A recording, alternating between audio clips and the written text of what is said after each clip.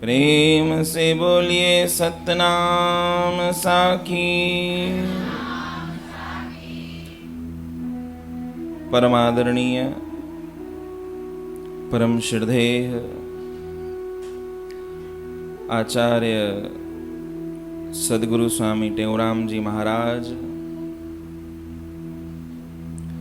पावन गुरु महाराज का ये चालीसा का उत्सव और आज परम पावन हमारे प्रेम प्रकाश संप्रदाय के जो आधार हैं, जिनको हम आचार्य कहते हैं,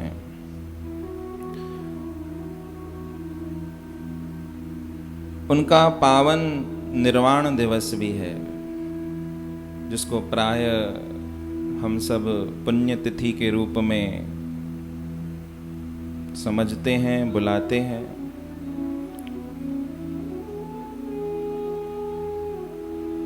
आज से लगभग 140 वर्ष पूर्व खंडू का वो छोटा सा गांव, सिंध का वो प्रांत और सिंधु नदी की कलकल बहती हुई धारा, जिसके किनारे पर हमारे आचार्य श्री ने जन्म लिया, अपने जीवन में सत्य के उस पथ पर चलकर जीवों को गुरु महाराज जी ने उस परमात्मा से,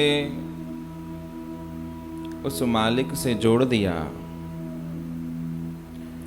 बहुत बड़ा चरित्र सद्गुरु महाराज जी का, बहुत बड़ा जीवन उन महापुरुषों का है।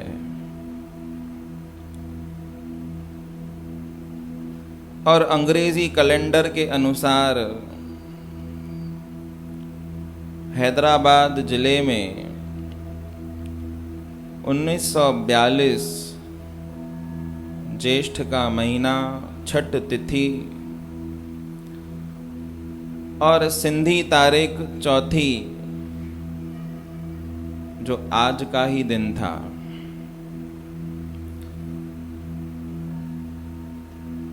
ब्रह्म मुहूर्त में हमारे आचार्य श्री ने अपने इस पंच भौतिक देह से उस निर्वाण पद की यात्रा प्रारंभ की।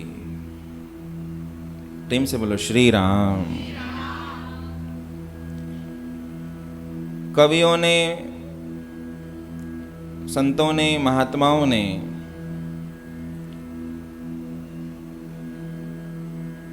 बहुत महिमा गाई,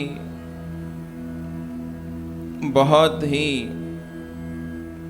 उन महापुरुषों की चरित्रावली का गान किया, क्योंकि उन महापुरुषों के जीवन हम जन साधारण व्यक्तियों के लिए प्रेरणा के स्रोत होते हैं। जिस प्रकार गंगा जल पवित्र और पावन होता है, उस गंगा जल का पान करने मात्र से जीव के आंतरिक ताप, संताप सब समाप्त हो जाते हैं। शास्त्र कहते हैं, जब जीवन में किसी संत महात्मा का हम अनुसरण करते हैं, जब किसी महापुरुष के बताए हुए उस मार्ग पर चलने का प्रयास करते हैं, तो हमारा जीवन भी समस्त तापों से, समस्त क्लेशों से, समस्त उन द्वंद्वों से छूट जाता है। ऐसे ही हमारे आचार्य श्री, जिनकी बहुत बड़ी गाथा है, बहुत बड़ा उनका चरित्र है। परिणाम यह है कि आज 140 वर्ष बीत गए महापुरुषों को जन्म लिए, पर आज भी ऐसा लगता है कि वो हमारे बीच में ही है। क्यों? क्योंकि महापुरुष कभी भी जाते नहीं हैं। सिंधी में एक भजन हम प्राय गाते हैं कि वह जोगी अथव जियड़ा, मता समझो हली वैड़ा। संतों की मृत्यु संभव नहीं है। मृत्यु होती है तो इस शरीर की, परंतु वो महापुरुष इस शरीर से बहुत ऊपर विचरण करते हैं। जिस मरने से जग डरे मेरे मन आनंद, क्योंकि मरने ते ही पाइए पूर्ण परमानंद। सारा संसार इस शरीर से ही अपने आप की संज्ञा देता है। हम भी जन साधारण व्यक्ति अगर किसी को बताते हैं तो परिचय इस शरीर का ही देते हैं। इस शरीर को ही हम अपना स्वरूप जानते हैं, परंतु महापुरुष वो जानते हैं कि ये शरीर हमारा नहीं है। इसलिए फिर वो समस्त द्वंद्वों से न्यारे हो जाते हैं। सुख दुख, हानि लाभ, जीवन मरण, यश अपयश, ये जो सारा संसार द्वंद्व में है, इस द्वंद्व में संसार से उनकी पहुंच बहुत दूर हो जाती है।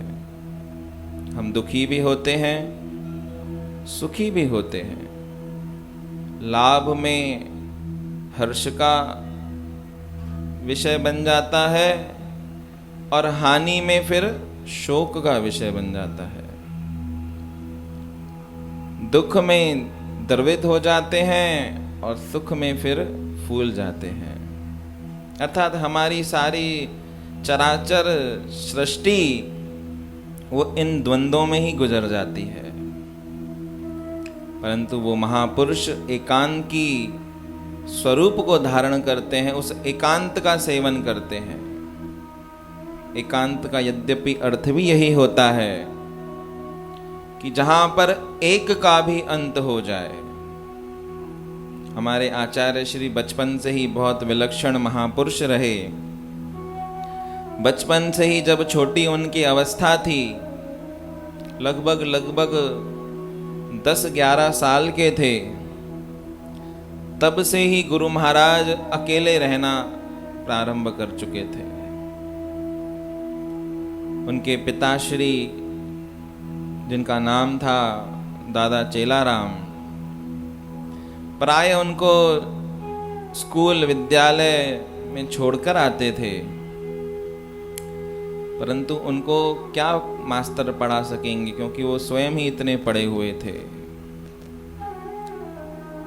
कवियों ने भजन गाया कि पढ़े का पढ़ा पढ़ाया था। उनको क्या पढ़ा सकते हैं हम?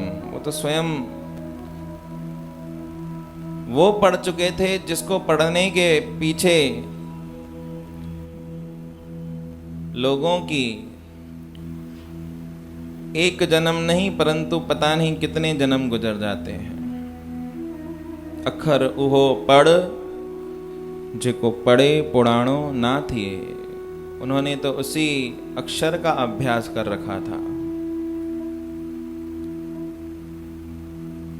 जन्म से ही जब माता के गर्भ में थे तो और बालक जैसे ही जन्म लेते हैं तो वो रोते हैं। हम साधारण बालकों को देखते हैं तो साधारण बालक क्या करते हैं? रुदन करते हैं, रोते हैं। उसका भी कारण है। शास्त्र बोलते हैं कि बालक इस संसार को देखकर रुदन इसलिए करता है कि जैसे ही इस संसार को वो दृश्यमान होकर देखता है तो वो दुखी हो जाता है कि फिर इस संसार में जन्म मिल गया, एक जन्म और इस संसार में फिर से वही कर्म का चक्कर, वही द्वंद्व में सृष्टि में जीवन व्यापन करना पड़ेगा।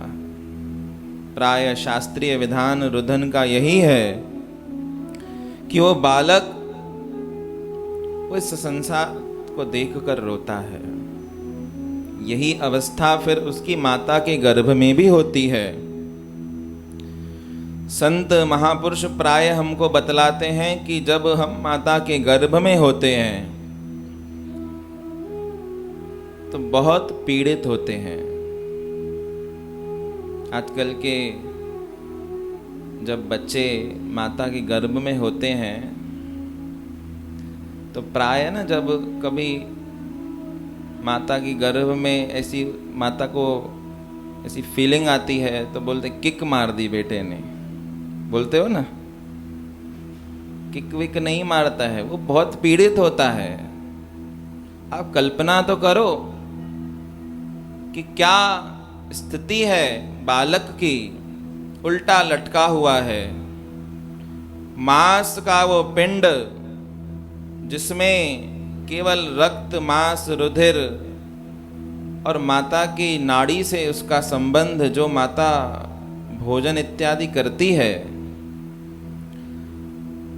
उसमें से कुछ अंश उस बालक को मिलता है, तो वो कोई अच्छी जगह नहीं है। रोता है, बिलखता है, अपने उस परमात्मा को पुकार करता है। यद्यपि जब हम माता के गर्भ में होते हैं तब हमको हमारे संपूर्ण जन्मों का भी ज्ञान होता है।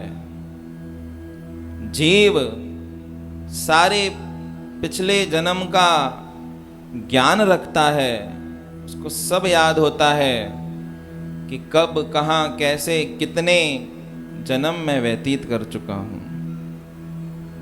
परंतु इस लोक को जिसमें हम जीवन व्यापन कर रहे हैं, प्राय इसको विस्मृति लोक भी कहते हैं। संत महात्मा बड़े बड़े श्रेष्ठ मुनि इस लोक को विस्मृति लोक कहते हैं कि यहाँ पर विस्मरण हो जाता है। बचपन की बातें जवानी में याद नहीं रहती हैं, जवानी की बातें बुढ़ापे में याद नहीं रहती हैं। याद केवल कुछ जीवन के एकाध प्रसंग ही रह जाते हैं। संपूर्ण जीवन अगर किसी से पूछें तो याद नहीं रहता है। अर्थात यहाँ पर विस्मरण है, विस्मृति है, भूलने का एक भाव है। उसी भूलने के भाव में हम ये भी भूल जाते हैं कि जब हमने माता के गर्भ में प्रवेश किया था तो हमने परमात्मा से एक वायदा किया था कि परमात्मा सा तो गर्भ में वायदो कयो, जपींद सुमा तोखे इहो कायदो कयो। बच्चा रोता है, बिलखता है, परमात्मा को पुकार करता है, और पुकार कर कर उस परमात्मा का विधान ऐसा है, क्योंकि स्वभाव के बहुत दयालु हैं। माता के गर्भ से लेकर प्राय जन्म लेने तक वो जो स्थान है, संत संज्ञा देते हैं कि प्राय वो भी एक बहुत नरक जैसा स्थान है। प्रेम से बोलो श्री राम। माता का गर्भ कोई अच्छी जगह नहीं है। आदि कवि शंकराचार्य जो हमारे सनातन धर्म के मूल में जितनी भी रचनाएं हुई उसके आदि हैं, उन्होंने कहा कि पुनरपि जननम पुनरपि मरणम पुनरपि जननी जठरे शयनम यह संसारे खलदुस्तारे कृपया पाए पाए मुरारे भज गोविंदम भज गोविंदम भज गोविंदम मूढ़मते। पुनरपि जननम पुनरपि मरणम पुनरपि जननी जठरे शयनम। जठर बोलते हैं उदर को, पेट को, कि बार बार इस कर्मावली के चक्कर में पड़कर ये जीव जन्म लेता है, फिर मृत्यु होती है, फिर इस माता के गर्भ में आता है। ये सबसे बड़ा दुख है, इससे बड़ा कोई दुख हो नहीं सकता। ये संसारिक दुख जिनको हम दुख समझते हैं और रोते हैं, बिलखते हैं, आशीर्वाद लेते हैं, अरदासें करते हैं कि ये दुख हो गया, ये दुख हो गया। संत बोलते हैं कि सबसे बड़ा दुख तो यहाँ संसार में रहना ही एक दुख है। प्रेम से बोलो श्री राम। जिसने जन्म लिया वही सबसे बड़ा दुख है। दुखालयम अशाश्वतम। जब गीता का पाठ, गीता का वो अध्याय भगवान श्री कृष्णचंद आनंद कंद अर्जुन के माध्यम से सारे चराचर जगत को दे रहे थे, तो उन्होंने एक बात स्पष्ट कर दी कि ये जो संसार है ये दुखों का घर है। दुखालयम, आलय बोलते हैं घर को। प्राय जब हम पढ़ते थे छोटेपन में, तो हम सबको स्कूल में पढ़ाया गया है पुस्तकालय, विद्यालय, औषधालय। आलय बोलते हैं किसको? घर को। ऐसे ही संज्ञा दी संसार को कि संसार क्या है? संसार दुखालय है, दुखों का घर है। अब एक बात विचार करने की है कि जिस जगह पर रह रहे हैं तो वही तो चीज हमको प्राप्त होगी। अगर हम पुस्तकालय में अगर जीवन व्यापन कर रहे हैं, रह रहे हैं, जा रहे हैं, तो पुस्तकालय में कहाँ की कल्पना करेंगे? पुस्तकों की। प्रेम से बोलो श्री राम। किसी औषधालय में बैठ गए तो वहाँ क्या मिलेगा? मिस्री मावा मटर पनीर तो मिलेगा नहीं, क्या मिलेगा? दवाई मिलेगी ना। प्रेम से बोलो श्री राम। तो भगवान ने जो हमारे 5000 साल पहले कृष्ण भगवान हुए हैं, जिन्होंने गीता उपदेश दिया, उन्होंने तब बोला कि हे अर्जुन, यह संसार दुखों का घर है। अब दुखों के घर में रहने के बाद सुखों का काल्पनिक स्वरूप चित्रित करना, ये कहाँ का? प्रेम से बोलो श्री राम। ये कहाँ का न्याय है? क्योंकि हम जीवन को जीते हैं अलग तरीके से। संत महात्मा जो श्रेष्ठ पुरुष हैं, ये जीवन को कुछ अलग तरीके से जीते हैं। उनके जीवन के जीने का स्तर जो होता है वह बहुत बड़ा होता है। हमारी पहुंच केवल कहाँ तक है? कुछ धन धान्य एकत्रित कर लिया, पुत्र परिवार खुश है, तो हम समझते हैं कि हम जैसा कोई इंसान नहीं है। हमारी सुख की डेफिनेशन, परिभाषा कितनी कि 4 पैसे आने चाहिए, पुत्र परिवार सुखी होना चाहिए, तो हम सुखी हो जाते हैं। प्रेम से बोलो श्री राम। साधनों में सुख को ढूंढते हैं, परंतु संत महात्मा इन साधनों से बहुत परे रहकर जीवन को जीते हैं। हमारे आचार्य श्री के बारे में ही मैं आपको बता रहा हूं, वहां तक पहुंचने के लिए सारी बातें बताई कि माता के गर्भ में अन्य बालक जब आता है तो वो रुदन करता है, रोता है, बिलखता है कि फिर से इस संसार में आ गया। परंतु आचार्य श्री जब हमारे इस संसार में आए तो कहते हैं रोने की आवाज नहीं आई, परंतु ओम की आवाज आई थी कि कृष्णा भी किम्यागर कुख में 3.5 साल समूरो, 8 9 प्या जमन मगर ही महापुरुष हो पूरो। उहाँ उहाँ ते एवज वाई, ओम ओम थे आई। सब उहाँ उहाँ यानी रोते हैं, बिलखते हैं, पर जो महापुरुष होते हैं वो महापुरुष कुछ विचित्र होते हैं। उनका जन्म भी दिव्य होता है और फिर उनका कर्म भी दिव्य होता है। जन्म कर्म च मे दिव्यम। हे अर्जुन, मेरे जन्म भी दिव्य होते हैं और मेरे फिर कर्म भी दिव्य होते हैं। प्रेम से बोलो श्री राम। तो ऐसे आचार्य हमारे, जिन्होंने बचपन से ही विलक्षणता को धारण किया, 12 बरस की आयु में, लगभग 12-13 वर्ष की आयु में उन्होंने एकांती का सेवन किया।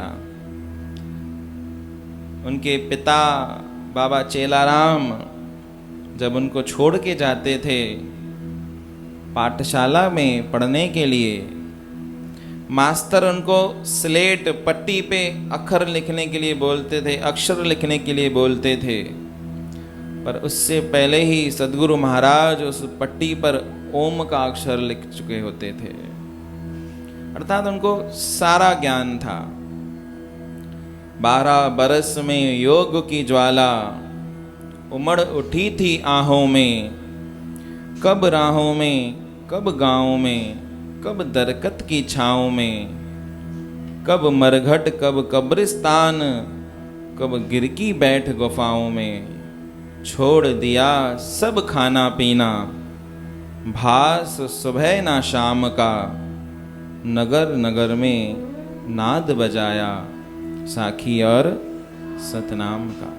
तो ऐसे हमारे आचार्य, ऐसे आचार्य, ऐसे मंगल मूर्ति सद्गुरु प्राप्त हुए हैं। तो हम सब का कर्तव्य है कि हम उन महापुरुषों के उस जीवन चरित्रामृत से, उन महापुरुषों के उस सिखाए हुए पथ से कुछ न कुछ प्रेरणा लें, कुछ न कुछ अपने जीवन को भगवत आश्रय में, परमात्मा के आश्रय में रखें।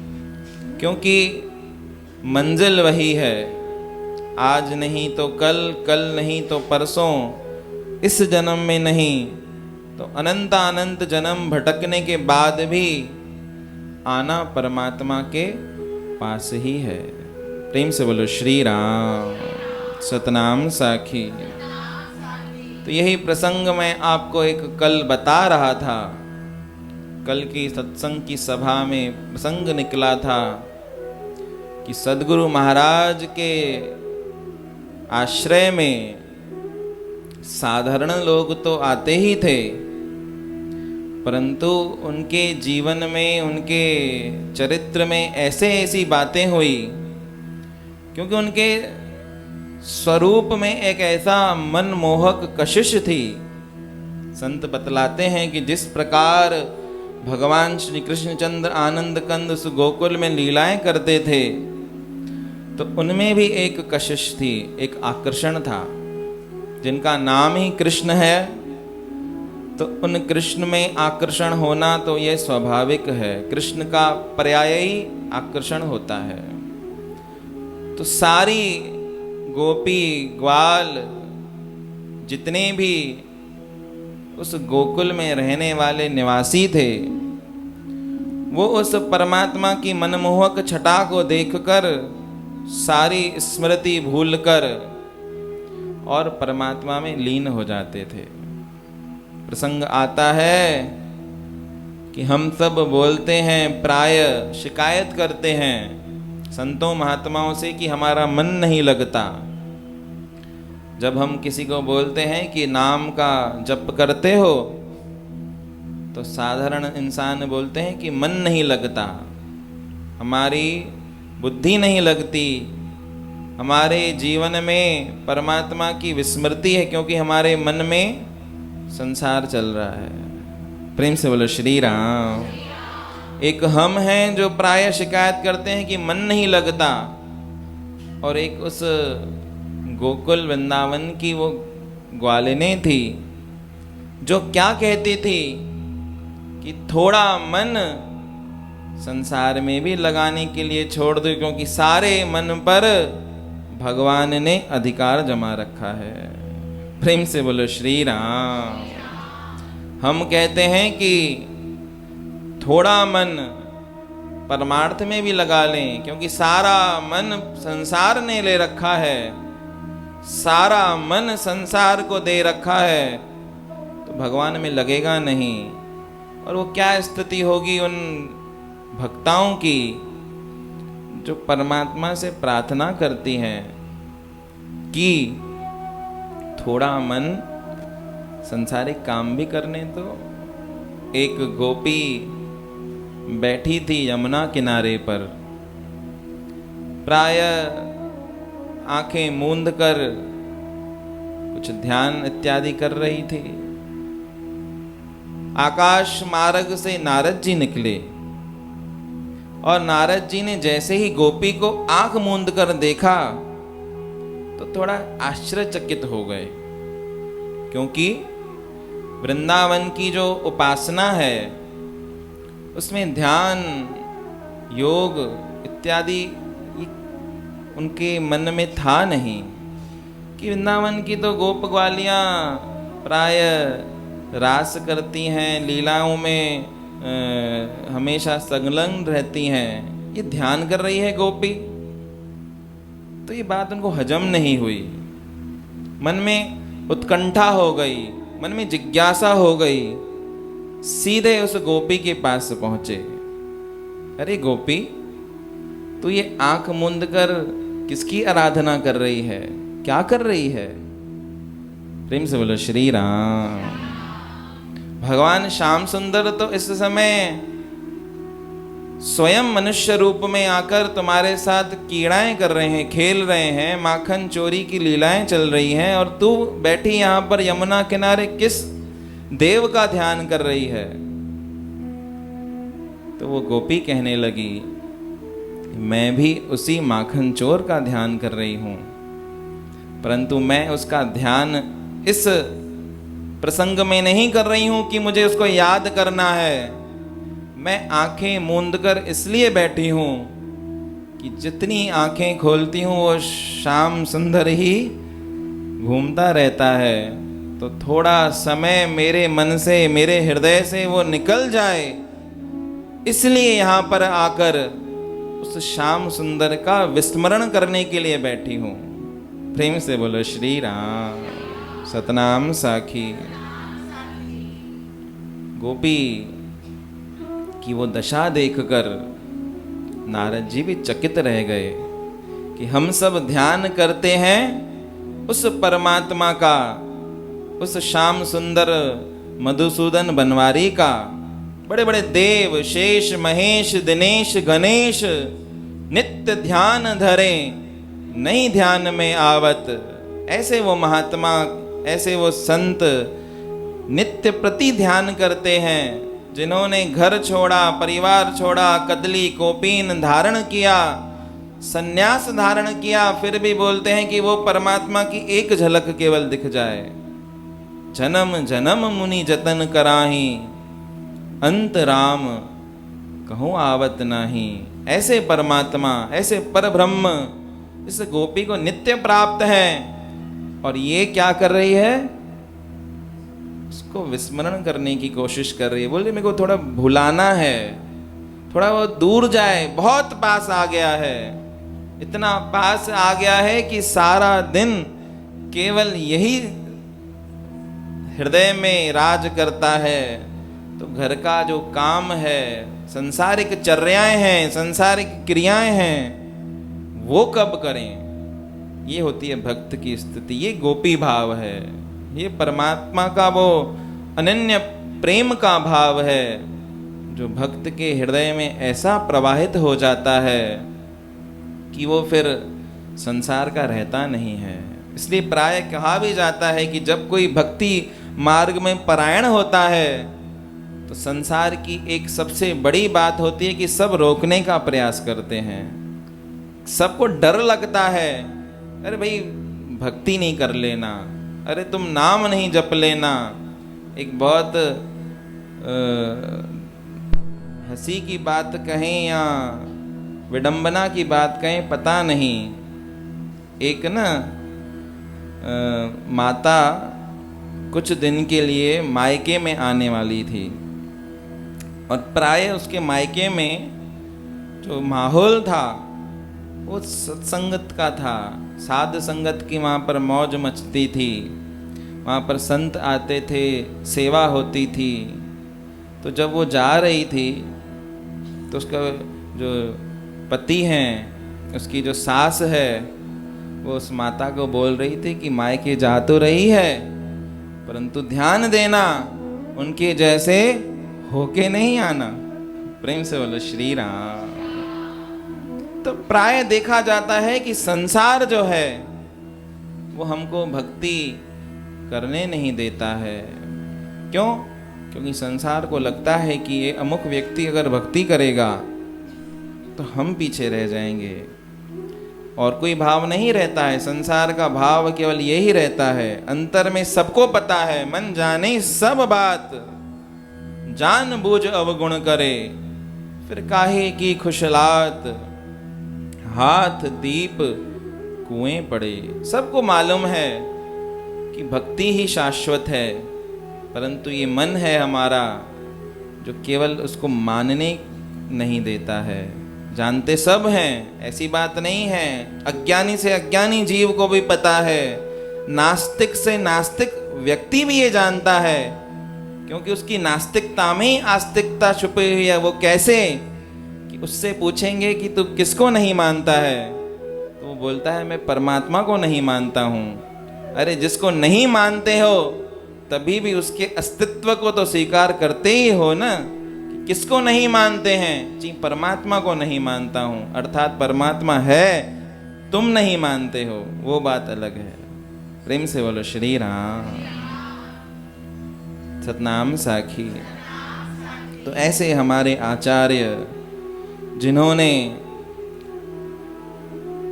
सब जीवों को परमात्मा में लगाया, आज संयोगवशात उसी चौथ का पावन पर्व है, जो अगली चौथ आएगी। हर महीने गुरु महाराज की चौथ आती है। जो आषाढ़ की चौथ आएगी उसमें सद्गुरु स्वामी टेऊराम महाराज का 139वां जन्मोत्सव होगा। तो ये जो चौथ है आज की, ज्येष्ठ की, उसमें सद्गुरु महाराज जी आज के दिन उस निर्वाण पद को प्राप्त हुए थे। ऐसे महापुरुषों के चरणों में वारंवार प्रार्थना करें। यही प्रार्थना करनी है कि वो सुनने वाले हैं, वो सब पुकार सुनते हैं, केवल भाव ऐसा होना चाहिए। हृदय से जब प्रार्थना कहटियूं कर कोय, भगवत के से कान में शीघ्र पहुंचत सोए। वो सुनते हैं, केवल पुकारना आना चाहिए। अरे वो तो स्वप्न में की हुई प्रार्थनाएं भी सुन लेते हैं, प्रत्यक्ष की तो छोड़ ही दें। एक प्रसंग में पढ़ रहा था सद्गुरु महाराज जी के जीवन चरित्रामृत से। हालन का गांव, हालन गांव सिंध प्रांत में है। हालन का वो गांव, और उस गांव में एक भगत था जिसका नाम था खट्टू भगत। प्रेम से बोलो श्री राम। पहले के जमाने के नाम हैं। जब हम सिंध प्रांत में रहते थे तो ऐसे ही नाम हुआ करते थे। अब मॉडर्नाइजेशन हो गया है, नवीनीकरण हो गया है। आजकल तो बिना सर पैर के नाम रख देते हैं। अपन जो जिसको बहुत अच्छे अच्छे नाम समझते हैं ना, गूगल सर्च करके और नाम रखते हो, उनका कोई अर्थ भी तो होना चाहिए। नहीं होता है, केवल शब्द मात्र बनाकर और नाम रख देते हैं। शास्त्र कहते हैं यथा नाम तथा गुण। जैसे नाम रखते हैं बालकों के, वैसे फिर गुण भी आते हैं। क्योंकि शब्द हमेशा अपना कुछ ना कुछ अस्तित्व इस ब्रह्मांड में, इस प्रकृति में छोड़ता ही है। शब्द केवल ऐसा नहीं है कि केवल मुख से निकल गए और खत्म हो गए। जैसे ही मुख से शब्दों की आवृत्ति होती है, उसी समय उस जगह का, उस स्थान का आभा मंडल उन शब्दों से प्रभावित होता है। तभी तो कहते हैं कि से सब स्थल तीर्थ जानो, संत जहां पग धरते हैं। संतों के आने से वो क्षेत्र तीर्थ बन जाता है और कुछ नहीं होता है, वहां पर संतों के द्वारा की हुई भक्ति का प्रताप होता है, भक्ति की शक्ति होती है। संत नाम जप करता है, संत नाम जप भी करता है और जपवाता भी है। परिणाम यह होता है कि उस क्षेत्र की जो आभा मंडल है वो दिव्य हो जाती है। तो ऐसे ही एक हालन शहर के भक्त सद्गुरु महाराज जी के प्रति इतने समर्पित, इतने उनके आंतरिक भाव से गुरु महाराज जी के प्रति प्रेम था कि धीरे धीरे उनकी अवस्था जब वृद्ध हुई, वृद्ध अवस्था में आते आते अब शरीर काम नहीं करता है। एक दिन रात्रि काल में जब नींद आई तो रात्रि के अंतिम पहर में अर्थात ब्रह्म वेला में स्वप्न देखते हैं और स्वप्न में सद्गुरु स्वामी टेवराम जी महाराज उनको पुकार करते हैं। क्या कहते हैं कि हे ईश्वरावतार, हे सद्गुरु, अब इस जीवन का अंत आने वाला है। पता नहीं कि कब किस क्षण अंतिम श्वास हो जाए। आशा रखता हूं कि आप न अंतिम श्वासों के वक्त मेरे सामने हो। प्रेम से बोलो श्री राम। ये सबसे उत्तम बात है। कवियों ने कहा भी है कि इतना तो करना स्वामी, जब प्राण तन से निकले, गोविंद नाम लेकर मेरे प्राण तन से निकले। श्री गंगा जी का तट हो, यमुना या वंशी वट हो, मेरा सांवरा निकट हो, जब प्राण तन से निकले। ये उत्तम भाव है। मैंने आपको बताया कि जीवन ये तो हमारे हाथ में नहीं है, प्रारब्ध अनुसार हमको मिला है। प्रारब्ध के संयोग से कोई कहाँ पैदा हो गया, कोई कहाँ पैदा हो गया, कोई कब पैदा हो गया।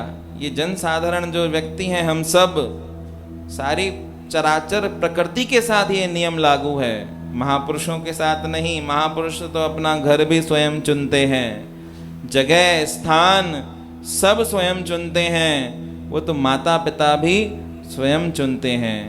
पर ब्रह्म परमात्मा जब भी अवतार लेने वाले होते हैं तो ऐसे ही किसी के घर पे जन्म नहीं होता है उनका। उनके पीछे बड़ी तपस्याएं हैं, बड़ा तप है। मैं आपको बहुत कथाओं के माध्यम से ये पहले भी बता चुका हूँ, बताने की ज़रूरत नहीं है। माता कृष्णा ने भी यही 40 दिन जो हम चालिया मना रहे हैं स्वामी जी का, ये 40 दिन हमारी उस अधिष्ठात्री देवी के तपश्चर्या के दिन हैं। 40 दिन तक गुरु महाराज की माता साहब ने अपने आप को उस व्रत में, उस अनुष्ठान में संकल्पित किया। उसका परिणाम ये हुआ कि संतों ने आशीर्वाद दे दिया। संतों ने वो अपना वरद हस्त्र माता साहब के ऊपर रखा। माता साहब से पूछा गया कि क्या चाहिए आपको। प्रसन्न हो गए थे संत। फकीर प्रसन्न होता है तब वो बोलता है मांगो, और उस समय फिर मांगना आना चाहिए। वो मांगना माता को आ गया था। हमारे आचार्य श्री की माता साहब ने कहा कि जोगी खपन ताह जहड़ा, नकी खपन जहड़ा तहड़ा। अरे चांद देना ही है और मांगने की भावना आई है तो मुझे वो दो कि जो देने में आपको भी संकोच नहीं हो। संतों से धन धान्य पदार्थ तो सब मांगते हैं, परंतु संतों से आशीर्वाद मांगना ये बड़ी बात हो जाती है।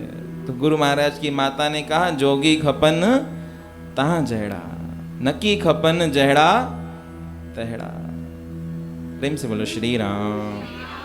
कवियों ने भजन बनाया कि सेवाज बदले तो खे मेवा महान मिलंदा, कृष्णा तुंहिंजे अंगण में साधु सुजान ईंदा। संतों ने आशीर्वाद दे दिया। फलस्वरूप वो हरिद्वार के जो 4 संत आए थे, ऐसे ही 4 जोगी हमारे पंथ के, हमारे प्रेम प्रकाश मंडल संप्रदाय के जो वो 4 संत थे बड़े, वो 2 माता कृष्णा के घर पर और 2 उनकी सुपुत्री माता ईश्वरी देवी उनके घर पर आए, और उनकी दूसरी बेटी थी ज्ञानी बाई, एक उनके घर पे आया। तो ऐसे करके 4 सुपुत्र हुए। तुहिंजियूं बई न्याणियों से भी अथई से आण्यों, ईंदा बजोगी तिन वट चारई कंदा रिहाण्यों। स्वामी गुरमुखदास महाराज छोटी बहन ज्ञानी बाई के घर में, स्वामी सर्वानंद महाराज जो द्वितीय पातशाही हमारे मंडल की, वो ईश्वरी देवी माता जो सदगुरु स्वामी टेवराम जी महाराज की बहन थी, और 2 माता कृष्णा के घर में स्वामी टेवराम महाराज और स्वामी ग्वाल लाल जी। ऐसे करके संतों की बड़ी परंपरा है। सिंध में जब सदगुरु स्वामी टेवराम जी महाराज चलते थे तो इतनी बड़ी टोली हुआ करती थी, तो सब कहते थे कि अमरापुर गिरनार जा बेला, गुरु गोरख जा 84 चेला, 12 माह मता थे मेला, सुबह ॾिसो तोड़े शाम, बणायो अमरापुर जो धाम। ऐसे सदगुरु महाराज वो गेरुआ वस्त्र धारण कर कर, सिर पर टोपी पहनकर, हाथ में चिप्पी और एक हाथ में डंडा लेकर वो सैर करते थे। तो वो जो दृश्य होता था, वो कहते हैं कि देव दुर्लभ दृश्य था। देवता भी उस दृश्य को देखने के लिए इस धरती पर आते थे और उस दृश्य को देखकर आनंदित होते थे। प्रेम से बोलो श्री राम। तो ऐसी परंपरा हमारे आचार्य श्री की। तो उसी परंपरा में एक भक्त जिसकी कथा मैं आपको बता रहा था, स्वप्न में रात्रि के चौथे पहर में उसने स्वप्न देखा, स्वप्न में पुकार करी और पुकार में यही बोला कि हे ईश्वर अवतार, सद्गुरु मेरे प्राण आधार, यही मंगल आशा है कि मैं जब इस संसार को छोड़ूं तो केवल आपका ही स्वरूप मेरे सामने हो। प्रेम से बोलो श्री राम। और बाकायदा उसकी पुकार स्वप्न में करने मात्र से भी आचार्य श्री के हृदय में वो बात पहुंच गई। आचार्य श्री सद्गुरु स्वामी टेवराम महाराज वो बैठे थे सत्संग की सभा में दूसरे नगर में। वहाँ पर प्रातः काल में ही उनको ये बात पता चल गई, अपने आप अकस्मात शिष्यों को कहने लगे, प्रेमियों को कहने लगे कि चलो दूसरे शहर में चलना है, हालन गांव में चलना है। सबने कहा कि ऐसा तो कोई प्रोग्राम है ही नहीं। सतगुरु महाराज ने कहा चलो उठाओ डंडा चिप्पी करमंडल धारण करके, और संतों के समूह को लेकर पद यात्रा चलती थी। उस समय पैदल हालन गांव में आकर पहुंचे, कुछ घंटों की यात्रा करके। तब तक वो जो भगत था जिसका नाम मैंने आपको बताया खट्टू भगत, वो अपने अंतिम श्वास गिन रहा था।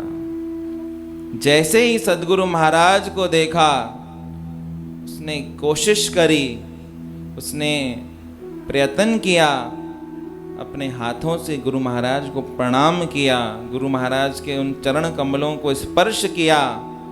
और देखने वाले जिन्होंने देखा ये दृश्य वो बताते हैं कि जैसे ही चरण स्पर्श किया, उन चरणों में मस्तक निवाया, सद्गुरु महाराज ने कहा बोलो सतनाम साखी। उसने सतनाम साखी बोला, और जब साक्षी का वो श केवल बोल पाया, सतनाम साक्षी, और उसने अपने प्राणांत कर दिए। प्रेम से बोलो श्री राम। अब ऐसे भक्त कहाँ जाएंगे? संत बोलते हैं ऐसे भक्त तो गुरु नगरी उस अमरापुर धाम में जाएंगे ही जाएंगे। ऐसे हमारे आचार्य जो मन की बात भी सुन लेते हैं, स्वप्न में की हुई पुकार भी अगर सच्चे हृदय से है तो ये बात भी उनको पता चल जाती है। तो हम तो प्रत्यक्ष अगर प्रार्थना भाव से करेंगे तो क्या से क्या हो सकता है। भाव में बहुत बड़ी प्रधानता है। भाव एक ऐसी वस्तु है, एक ऐसा आत्मीय रिलेशन है, संबंध है, जो केवल परमात्मा और इस भक्त के बीच में जुड़ जाता है। तो ऐसे भाव, परमात्मा कहता भी है, भाव का भूखा हूं मैं, बस भाव ही एक सार है। भाव से मुझको भजे तो भव से बेड़ा पार है। स्थिति उस भक्त की देखकर जो भी जितने भी वहाँ पर श्रद्धालु जिज्ञासु थे, संत थे, गुरु महाराज को मानने वाले थे, सब अश्रुपात करके रोने लगे कि क्या उस भक्त की स्थिति होगी, क्या उस भक्त का मान गुरु महाराज ने रखा, कहाँ उसको पहुँचाया होगा। उसको अपने ही धाम में उन्होंने शरण दी होगी कि स्वप्न में की हुई पुकार भी सुनकर और चल दिए उस हालन गांव में। ऐसे हमारे आचार्य श्री सद्गुरु स्वामी टेवराम महाराज, जिनका ये पावन वर्षी, इनकी पावन पुण्यतिथि आज है, उन महापुरुषों के चरणों में बारंबार प्रार्थना करें। बहुत ही भाग्यों की बात है कि हम सब ऐसे महापुरुषों के इस पावन दरबार में बैठे हैं। और आज का इतना पावन दिन है तो सद्बुद्धि, सुमति, इससे बड़ी कोई चीज नहीं है। जहाँ सुमति वहाँ संपत्ति नाना, और जहाँ कुमति तहाँ विपत्ति निधाना। संसार की भाषा में सुख क्या होता है ये मुझे नहीं पता, परंतु संतों की भाषा में सुख बोलते किसको हैं ये मैं आपको बता सकता हूँ कि सुमति, सद्बुद्धि, संस्कारवान अगर जीवन है तो वो सुखों से भरा हुआ है। इसके अलावा अगर सद्बुद्धि नहीं है, सुमति नहीं है, कुमति है, स्वभाव संस्कारवान नहीं है, तो उससे बड़ा कोई दुख हो नहीं सकता। बाकी सबकी अपनी अपनी परिभाषाएं हैं, सबकी अपनी अपनी चॉइस है, जिसको जिसमें सुख आता है। शराबी को कितना भी समझाओ, उसको केवल शराब में ही सुख दिखेगा। ऐसे ही जो परमात्मा के भक्त होते हैं, जो परमार्थिक पथ के पथिक होते हैं, उनको जितना भी समझाओ। हमारे आचार्य श्री को सबने रोकना चाहा कि भगवान की भक्ति नहीं करो, परंतु आचार्य श्री तो फिर आचार्य श्री थे, उन्होंने किसी की नहीं मानी और स्वयं भी परमात्मा का भजन किया, क्योंकि उनको सुख दिखाई देता था, उसमें शाश्वत सुख उसी में दिखाई देता था, तो उनको फिर उसी में आनंद आता था। तो फिर रोकने वालों ने बहुत रोका, परंतु गुरु महाराज जी नहीं रुके। सदगुरु टेऊ राम सिखार्यो, प्रेम प्रेम प्रेम प्रेम प्रकाशी, प्रेम जो पुतलो, प्रेम से कारण आयो हो। वो तो प्रेम सिखाने आए थे।